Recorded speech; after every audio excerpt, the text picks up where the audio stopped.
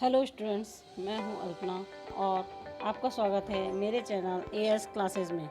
और आज हम पॉलिटिकल साइंस का टॉपिक मौलिक अधिकार के बारे में पढ़ेंगे। तो स्टार्ट करते हैं हम मौलिक अधिकारों के बारे में। मौलिक अधिकार क्या हैं, कहां से लिए गए हैं, क्या इसमें दिया गया है, सभी हम पढ़ेंगे। तो संविधान के भाग 3 में मौलिक अधिकार दिए गए हैं। मूल रूप से संविधान में 7 अधिकार थे। जब संविधान बना था उस समय में जो बनाए गए थे 7 अधिकार थे, और उनमें से एक अधिकार को हटा दिया गया है जो संपत्ति का अधिकार था। वर्तमान में 6 मौलिक अधिकार रह गए हैं। ये 44वें संविधान संशोधन 1978 में संपत्ति का जो अधिकार था उसे हटा करके कानूनी अधिकार का रूप दिया गया है। ये हमें इसकी प्रेरणा हमें संयुक्त राज्य अमेरिका से मिलती है। वर्तमान में जो है मौलिक अधिकार 6 हैं। तो 6 के हम पहले पॉइंट देखते हैं। मूल अधिकार 12 से लेकर 35 अनुच्छेद तक मूल अधिकार दिए गए हैं। यह पहला है समानता का अधिकार, अनुच्छेद 14 से 18। दूसरा है स्वतंत्रता का अधिकार, अनुच्छेद 19 से 22 तक। ये स्वतंत्रता का जो अधिकार है अनुच्छेद 19, ये सबसे बड़ा अनुच्छेद है, सबसे बड़ा अधिकार कहा जाता है। इसमें 6 अनुच्छेद दिए गए हैं। तीसरा है शोषण के विरुद्ध अधिकार, अनुच्छेद 23 से 24 तक। चौथा है धार्मिक स्वतंत्रता का अधिकार, अनुच्छेद 25 से लेके 28 तक। पांचवा है शिक्षा और संस्कृति का अधिकार, अनुच्छेद 29 से 30 में। छठा है संवैधानिक उपचारों का अधिकार, अनुच्छेद 32 के अंतर्गत दिया गया है।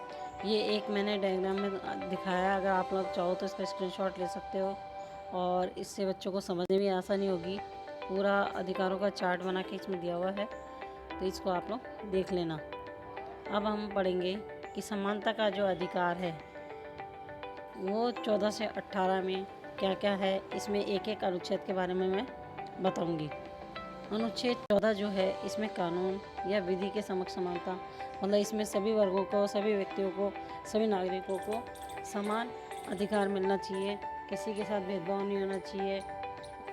ये कानून के लिए सभी व्यक्ति समान हैं।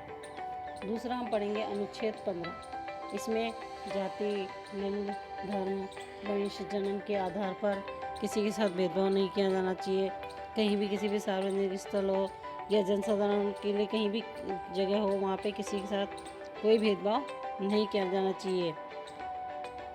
अनुच्छेद 16 के अंदर लोक नियोजन के संबंध में या अवसर के समानता जो दी गई है, उसमें सभी को राज्य के अधीन जो भी किसी भी पद पर नियोजन संबंध में सभी नागरिकों को समान अवसर प्राप्त होने चाहिए। चाहे वो धर्म हो, जाति हो, लिंग हो, वंश हो, किसी भी आधार पर सभी के साथ समान होना चाहिए। किसी के साथ योग्यता के आधार पर उसको अपात्र नहीं मानना चाहिए। मतलब सभी के, किसी के साथ भेदभाव नहीं होना चाहिए, किसी के साथ भेदभाव नहीं होना चाहिए। और आरक्षण, जो विशिष्ट आरक्षण संबंधी प्रावधान बनाने की बात नहीं करेगा।